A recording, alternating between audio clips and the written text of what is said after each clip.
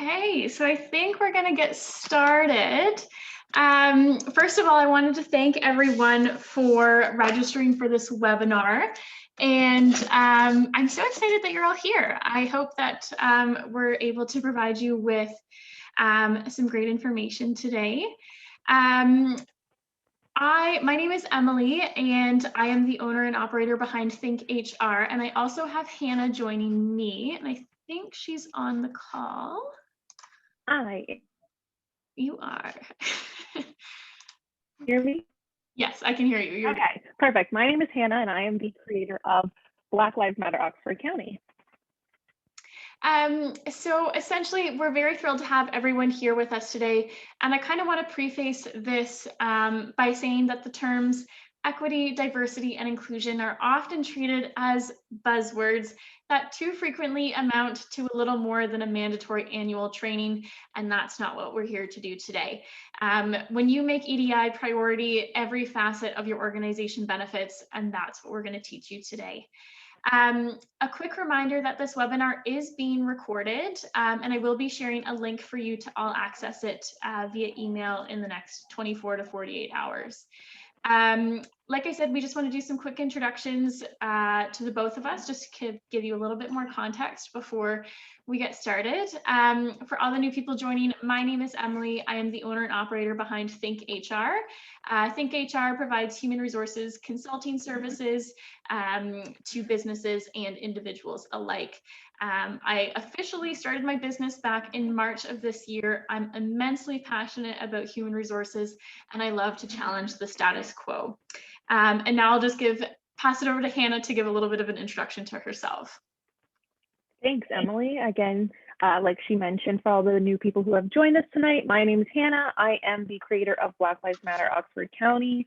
I started the social media pages probably over a year ago, kind of close to when we in Woodstock hosted our first Black Lives Matter rally. I was also one of the co-hosts for that as well.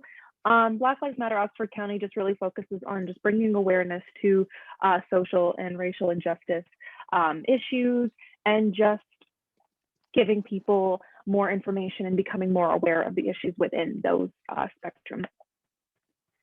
Perfect. So we want to thank each and every one of you for joining us tonight. And before we get started, we just wanted to remind everyone in attendance that this is a completely safe space. So throughout this presentation, we all need to be respectful of each other, of our opinions, and other individuals' views.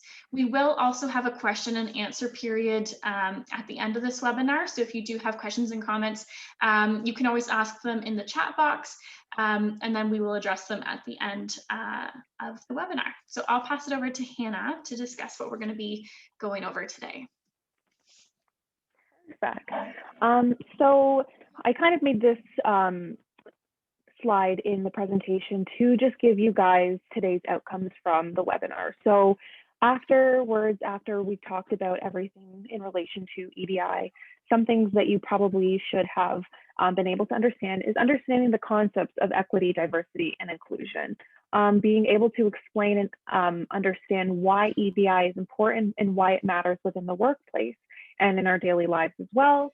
How to be intentional and authentic when we are practicing EDI and the values and the core values of EDI. And then again, understanding how to incorporate diverse perspectives within the workplace and again, within your everyday lives. So tonight, I guess we'll just start off with what is EDI. So when we are trying to understand what EDI is, we need to consider the language we use. So starting with equity, equity refers to achieving parity in policy, process, treatment, and outcomes for people and groups while accounting for differences. So consider, like in this situation, consider power, privilege, access, opportunities, treatment, impacts, and outcomes within the workplace and within our everyday lives. So this means that everyone within the workplace receives respectful and dignified treatment. Moving on to diversity. Diversity is differences in lived experiences and perspectives and reality of people. So this may include race, ethnicity, color, ancestry, place of origin, political beliefs, religion, marital status, family status, physical disability. The list goes on. And then lastly, inclusion. So this is an active, intentional, and continuous process to address inequities in power and privilege, and to build a respectful workplace that ensures that all diverse people and groups feel valued, respected, and welcome. So yeah. So now that we've got the basics of EDI, it's really important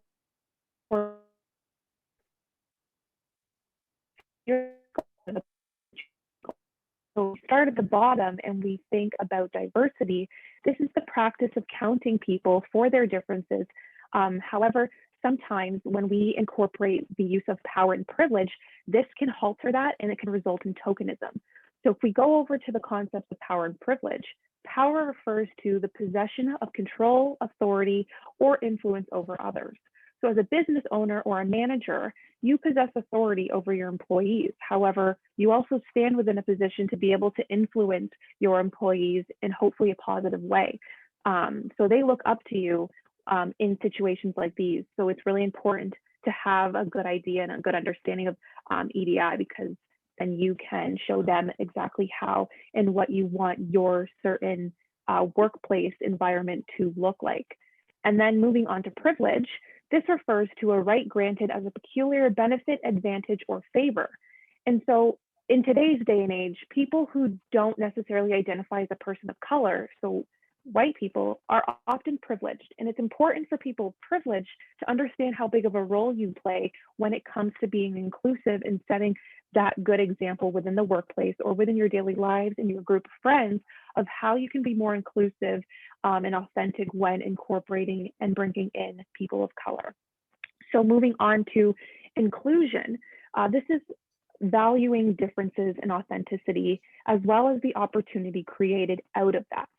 And then lastly, when we reach equity, this is recognizing the oppression and privilege that disproportionately affects opportunities. So this could be the hiring process, practices, and policies. Perfect. Thank you, Hannah. So now that we've gotten a little bit more context into what EDI is, I really want to remind you why EDI is so crucially important, both from an individual's perspective as well as a business perspective. And the first point here is when you make EDI a priority, you're directly dealing and tackling racism. And we need a lot more people on top of this. This is crucial because by taking this on and creating an actively inclusive workplace, you'll also create room for some productive dialogues in tackling racism and prejudice throughout your workplace. Each person in your business has value to contribute, so we must address those barriers and historical factors that have led to the unfair conditions for those marginalized populations. Business decisions in the past and even in the present have been deliberately made to exclude and discriminate. So let's start tackling that head on. The second point to address is that when you make EDI important to yourself and your business, you're going to increase employee satisfaction, performance, and you're going to reduce some turnover. And don't just take my word for it. Having staff who feel as if their voices are well represented, both at an individual and corporate level, naturally leads to increased job satisfaction. A study done by a global market research company, Forrester, found that workplace belonging, which is developed through feeling heard and respected, leads to a 56% increase in job performance. 56%. So the more that your employees feel heard, the more likely it is that they're going to stick around and perform stronger. And then the third and overarching conclusion about why EDI is important is that you and your business will be able to grow and innovate due to greater diversification of skills and creativity. For your business to evolve and innovate, it needs talent that doesn't come from a narrow scope. When you enable different worldviews and skills to clash and conjoin to create something new, that's where creativity really starts to blossom.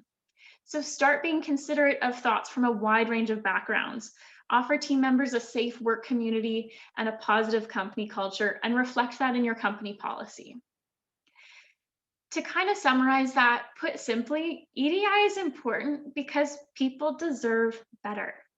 I come from a human resources and workplace perspective, and I want to introduce the concept that these people are not just your employees, they are your business. At the end of the day, your business would not be here if you didn't have these individuals. So start providing them with a more well-rounded, more inclusive culture to increase employee satisfaction, retention, and performance. So now that we've established the what and why of EDI, let's talk about the how. So I'm going to speak to you how business owners can implement EDI in the workplace, and then Hannah's going to speak to you how to implement EDI as an individual or as an employee. And what I want to reiterate here is that EDI is not just a human resources issue, it's a strategic issue. These efforts should be reflected in your organization's mission, vision, values, and incorporated into those strategic plans and cascaded throughout the organization. So the first place to start as a business owner is education. And I encourage you to not take this too lightly. As a business owner, you should be educating yourself on morals, ethics, integrity, diversity. Learn how to help people feel included and valued. Check yourself for any unfair or unconscious biases and learn to remove any that are getting in the way of hiring and working with a diverse team. I want you to educate and learn. It's the simplest way to start. And I also want to add in here that in the follow-up email that Hannah and I will be sending out after this webinar, we've come up with a list of resources for you. So there's going to be a list of different places, and those are going to be some key pieces to get you started on the education side of things.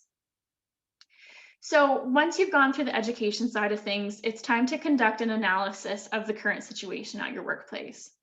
An effective solution to EDI needs to provide an accurate measure of both representation and inclusiveness across your organization.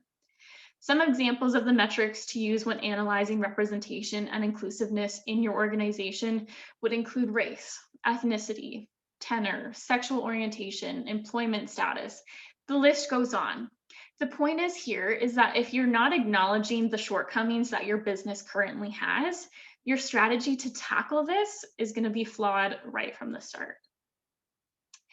The third point on how to implement EDI into the workplace is to strengthen your leadership accountability and capability. You should be placing your core business leaders and managers at the heart of the EDI effort. Your leaders should be promoting openness and tackling microaggressions from an authentic place. And when I say authentic, I mean that your leaders have to believe in this effort, have to understand what EDI is, how it affects everyone in the business, and have the drive to make change.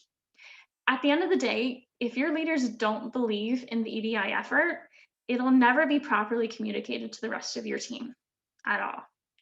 So I want you to ensure that the leaders that you currently have in your business have a zero tolerance policy for discriminatory behavior and can establish norms for open, welcoming behavior. Ask both of your leaders and your employees to assess each other on how they're living up to that standard. To reiterate, it's not up to your employees to do the work for you. You need to be educated on topics, communicate it, and be it authentically. If you don't believe in it, no one else will. The next step is to build EDI into your hiring, recruiting, and company policies and processes. So determining whether the policies you currently have enable or maintain discrimination in the workplace and reshape them to move towards a more equitable workplace. Recruitment is an essential step in building workplace diversity. And there's a term called diversity hiring, and essentially it's based on ensuring that the processes you have in place have reduced biases related to a candidate's age, race, gender, religion, sexual orientation, and other personal characteristics that are completely unrelated to their job performance. But there tends to be a lot of confusion around diversity hiring. A lot of people think that the goal is just to increase workplace diversity for the sake of diversity. So essentially, they think that you just have to hire someone that's a different race or speaks a different language or has a different ethnic background. but that's not the approach that you should be taking at all.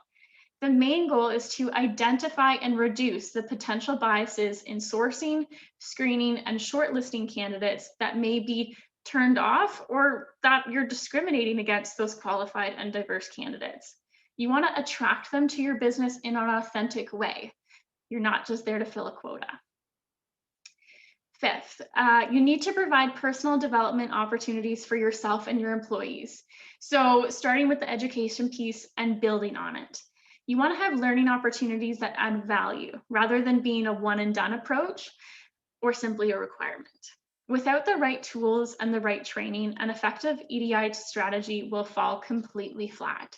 I encourage you to reach out to external consulting and training partnerships to give you guidance on these development opportunities. The final step in implementing EDI as a business owner is to always, always, always make sure that your team feels seen, heard, and valued. I want you to embrace new ideas even when your instinct is to shut them down. I want you to feel uncomfortable and learn from it. I want you to find a solution that team members are happy with when they come to you with a problem. I want you to help everyone celebrate cultures and lifestyle choices. Keep the lines of communication open. Conduct some anonymous surveys in your workplace to see how you're doing, then review and adjust. Reward valuable contributions. Get to know your team and encourage them to do the same.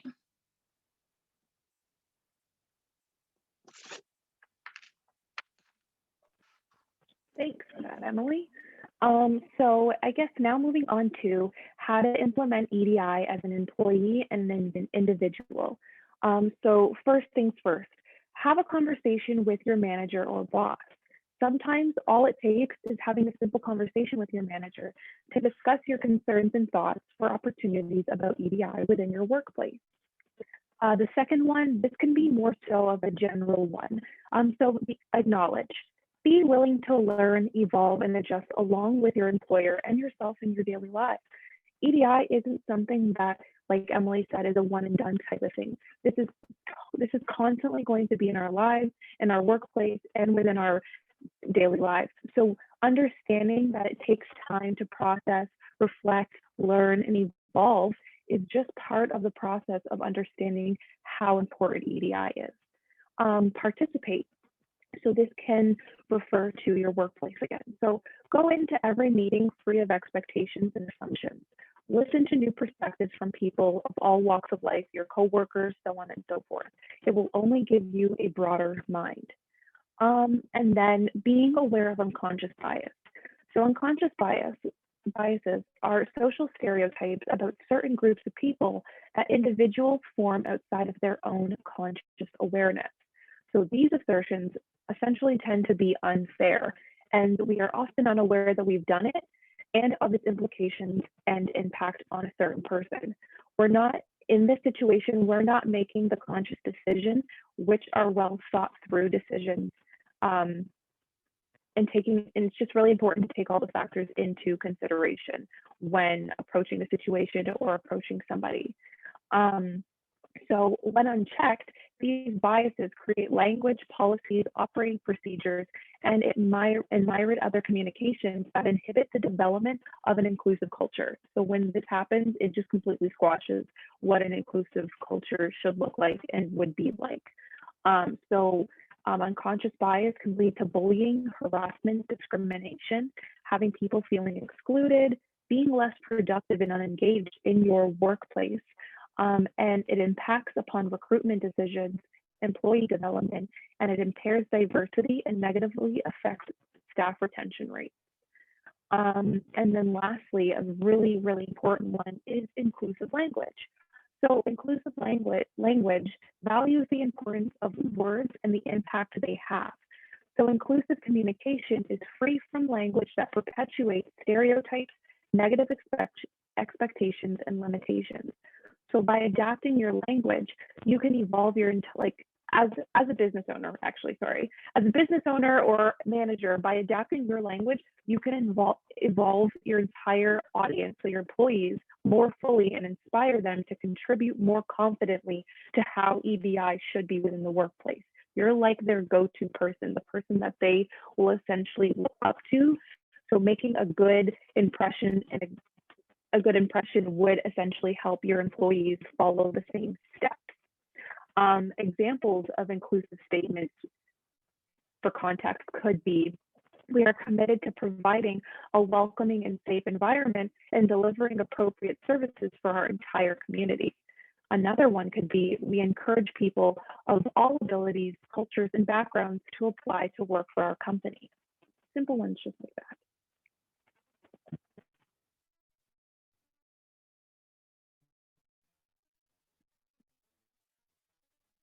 Alrighty, so it's really important to understand that we need to practice as individuals taking different perspectives. So this can be personal, interpersonal, and supervisory.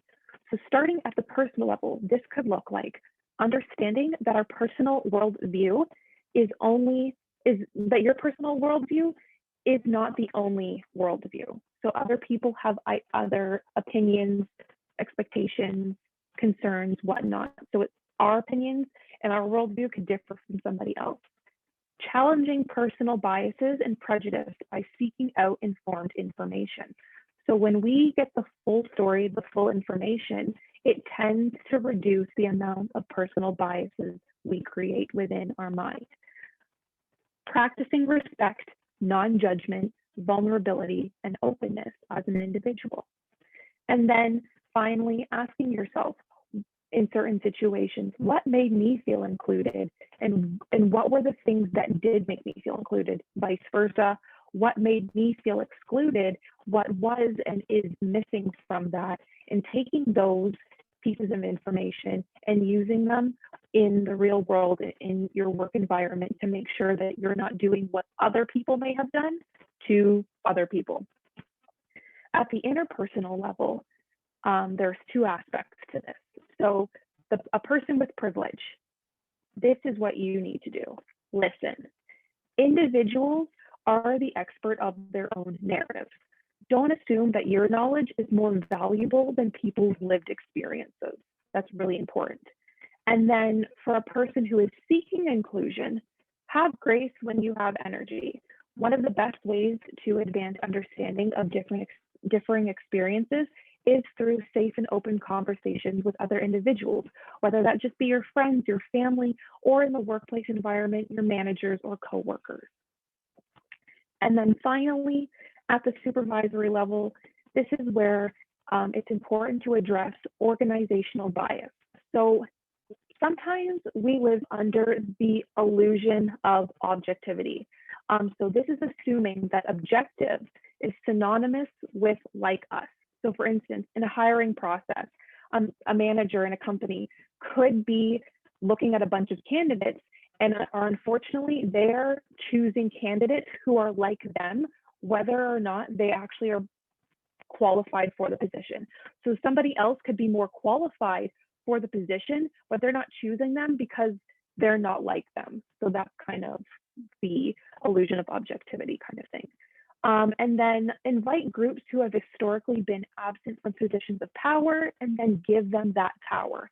So some people, these individuals could be Indigenous people, Black people, people of color. These people have historically been absent from positions of power. So it's important, like I said again, to give them that power in certain situations. And then another one, creating opportunities for colleagues to regularly address and discuss privilege within their workplace. And lastly, when creating policies, procedures, and practices, have the voices that they will affect, that these policies, procedures, and practices will affect at the table, and make sure that they're really involved in the process. It will really help in the long run.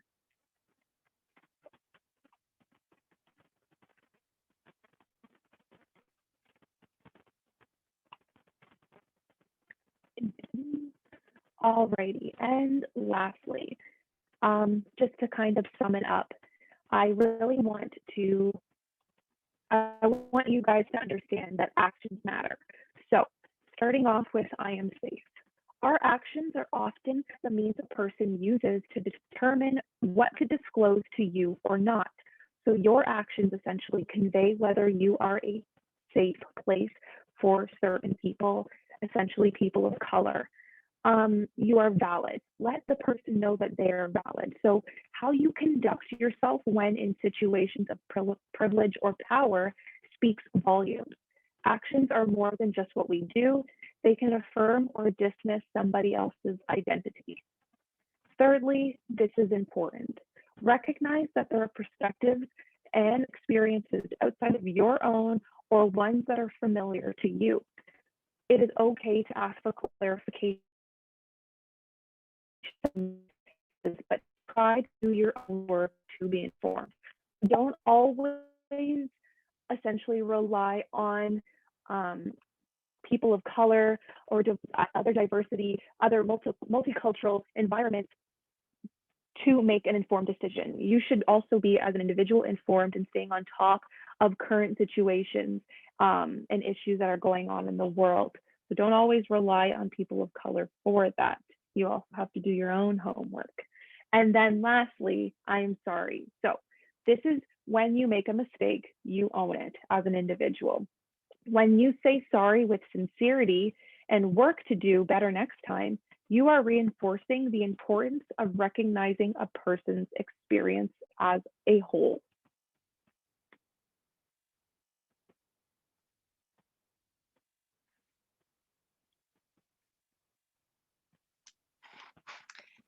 Okay, so first of all, we just wanted to say thank you to everyone who has attended. I know a couple people were sharing in the chat that Hannah's audio was a little chatty, or spotty. I don't know why I said chatty. Spotty. So we do apologize for that. Hopefully when it comes out in the recording, it sounds okay. And if not, we can always send the slideshow to you as well, just so that you have that information as well. So yeah, I just wanted to say thank you all for attending. And I also wanted to say that Hannah and I had kind of collaborated through this. We used to work together, just, doing your typical job throughout university. So we met there, and kind of since then, our relationship has blossomed into what it is now. And we were just so excited to be able to provide this webinar to you guys, and we hope that we shared some beneficial information to you. And yeah, that was kind of it. So now I want to open up to any questions, concerns, or comments that you may have, whether you want to ask myself or Hannah, or if it's just a general question. You can either plop it into the chat box, or you can unmute yourself, and we'll go from there.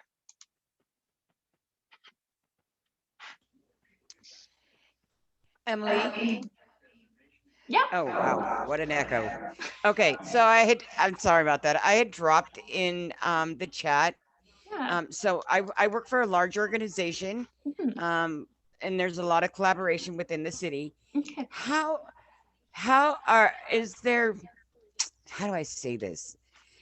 How do these, these practices get implemented when you're working for large organizations? Does it start with you? It depends. It depends on the organization. My best recommendation is, if you as an employee don't see anything being implemented right now, I would say take a stand, depending on how confident you feel with that. Figuring out who the best person is to talk to. So I would say right now, if it's a large corporation, that the human resources department will probably take that action on. So whether you talk to a representative from the HR department, and just kind of keep going up from there. Yeah, and kind of go from there. Sometimes large corporations will bring in a consultant to take on these types of conversations, and they go from a top down approach. But it just depends. My best advice for you is to start asking questions within your organization, whether you talk to your supervisor first or your HR department, and start seeing where you can get this implemented into your business. If that answers your question. Thank you, Emily. No problem.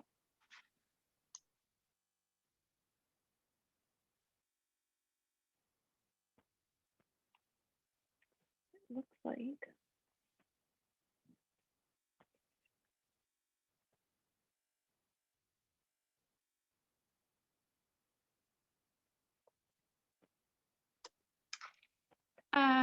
I think Owen asked in the group chat, can you chat a bit about or list off a few organizations in Ingersoll, Woodstock, Oxford County that intersect with diversity and inclusion, one that employers could support or work with? I'm not sure if you want to take that question on, Hannah. I'll try to answer it the best I can. Personally, I have not seen a lot of organizations, if any, that truly do intersect with diversity and inclusion. However, in Woodstock, I do know there is the Oxford County Pride. I know they do intersect with diversity and inclusion a lot, especially with the LGBTQ community. So that is one here in Woodstock and Oxford County, I guess, that would be very good, and you could use as an employee and work with them. As for that, I unfortunately don't have too many in mind. I'm unfortunately not an organization. I'm just kind of a standalone on my own, but I do really focus on diversity and inclusion. So if you did have any other questions or anything else, you can obviously always reach out to Black Lives Matter Oxford County as well. As much as I've centered myself around focusing on Black lives and stuff like that, I am open to working with all walks of life and everything, every kind of issue. So you can always reach out to me as well. Perfect. Michael also just put in the group that Tempsford Inclusion Committee is also doing some good work. So that's another one to check out as well. What else do we have? Leslie asked, how does this approach differ from traditional diversity and inclusion training? Solid question. Essentially, Hannah and I had come together just on a whim that we wanted to start providing some posts on social media about equity, diversity, and inclusion, because it's a topic that needs to be talked about a lot more. And we just felt we could be a source for people to get some new information from, because you don't know what you don't know. So Leslie, I don't know if I have the best answer for you. Essentially, my answer is that I don't think it differs that much from the traditional side of diversity and inclusion training. I think Hannah and I just wanted to bring our approach to it based off of our own perspectives, our own experiences, and the practices that we know would work best for businesses and individuals alike at this point in time.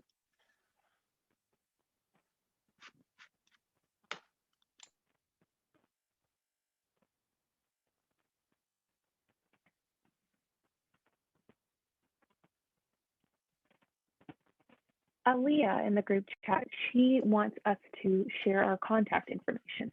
Yes, if Emily is comfortable with it, I'm comfortable with it at least. Yeah. So I will definitely put it in the chat for you.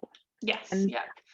I believe that we are going to be doing a follow-up email as well, so we can also include it in there just in case it was lost in communication as well. Yeah, exactly. Yeah. I'll put my email in here right now, and then Hannah will do hers as well, just so that everyone has it on hand. Thank you for that question.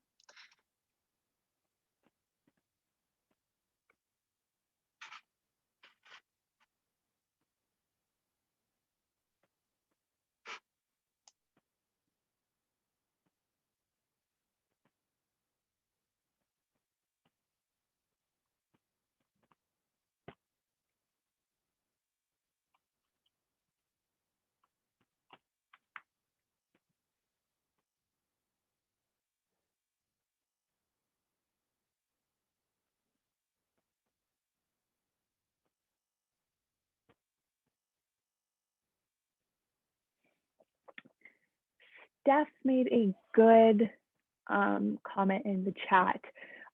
Yes, so actually, while we were preparing this webinar, we actually did come up on the conversation of seeing that there were different terminologies and different acronyms being used for equity, diversity, and inclusion.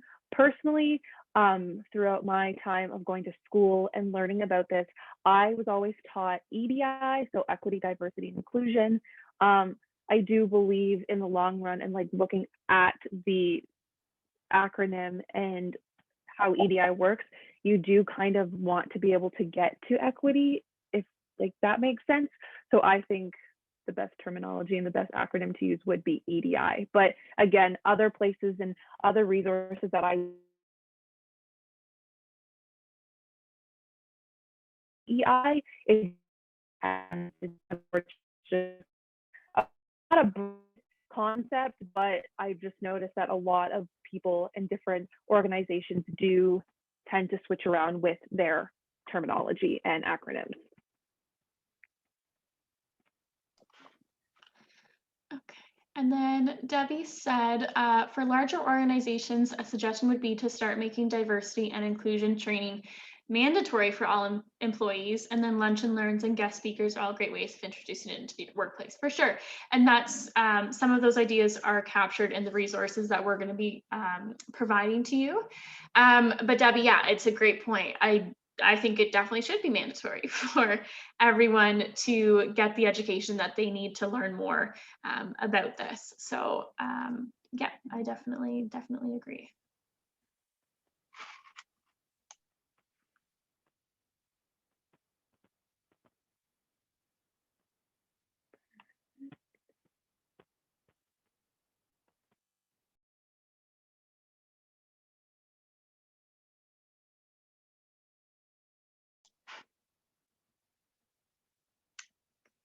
Does anyone else have any further questions at all? I'll leave it open for another minute or so and then we'll wrap things up. Also, just want to put it out there, if you don't have a question or anything or comment that comes to mind exactly right now, you can obviously always message or get in contact with myself and Emily if something pops up afterwards and you're like, oh, I wanted to ask this, you can.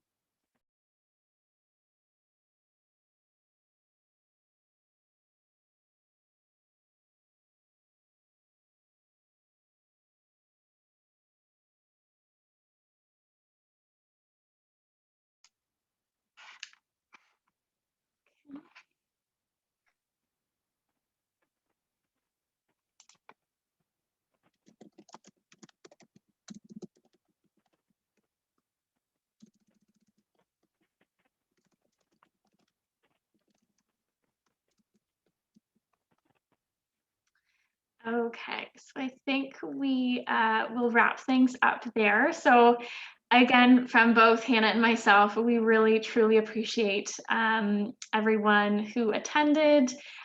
We hope that we provided you with all the information that you needed and wanted. And like Hannah said, if you do have any additional questions that you couldn't think of in the moment, then you can contact us. My email's in there. Hannah put her email as well as the Black Lives Matter Facebook page and Instagram page handle. And yeah, thank you so much for attending. Hope you guys all have a great rest of your evening. Yes. Alrighty.